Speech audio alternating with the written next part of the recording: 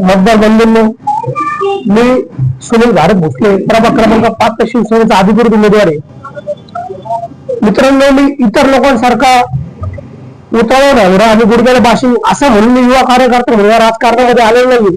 तर मी सुद्धा तुमच्यासारखाच लढलं, मी सुद्धा तुमच्यासारखाच भांडलेलो आहे की माझ्या वस्तीत काम का होत नाही, माझ्या प्रभागामध्ये इतर ठिकाणी काम होतं, मग माझ्या वस्तीत का नाही.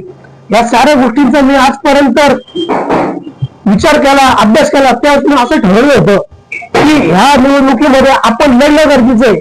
कारण आपण बघतोय जेवढे श्रीमंत लोक आहेत ते सगळे येतात या ठिकाणी निवडणूक लढतात, निवडून आल्याच्या नंतर निघून जातात.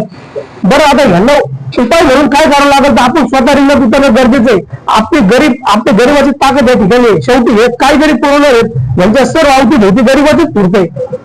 यांचं राजकारण हे पैशाच्या जोरावर आहे आणि माझं राजकारण समाजकारणाच्या जोरावर आहे.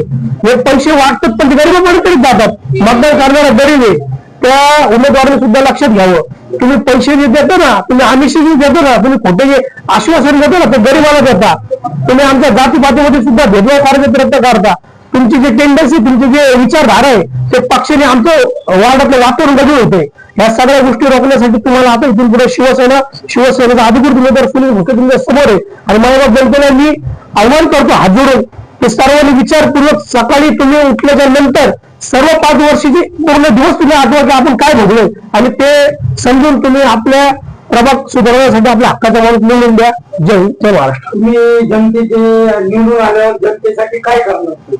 प्रभागामध्ये मी एक सेवक म्हणून मंजूर सुविधा सगळ्यात पहिलं पुरवणार. आज मी मानवी वगैरे मागच्या गोष्टी पाहिल्या, मी कचऱ्यासाठी लढलेले, मी कचऱ्यासाठी त्या ठिकाणी आंदोलन केलेले, मी वस्तीतले रस्ते लाईव्ह दाखवलेले. त्या परिस्थितीमध्ये कसं आहे, माझ्याकडे काही वस्तीतले आतले बोलते सुद्धा व्हिडिओ आहेत की त्या ठिकाणी मातामध्ये किती वेळात पडलेले आहेत, रस्त्याचे काम अर्धे होते, निधी आला निधी गेला कुठं, निधीचा काय हिशोब नाही. माझ्या भागामध्ये ज्यावेळेस कामं होतात तर त्या कामामध्ये फरक लागलं पाहिजे की तुम्ही कितीचं काम घेतलंय, किती काम करताय, किती ठेवलंय, किती पैशाचं काम आहे, त्याच्यावरती कोणाचा अंतिश नाहीये. महाराष्ट्र त्या ठिकाणी कधी तरुण कार्यकर्ता नगरसेवक निर्माण झाला तर त्या ठिकाणी त्याची पाटील नगर वस्तीत एवढं काम एवढ्या दिवसात व्हायला पाहिजे.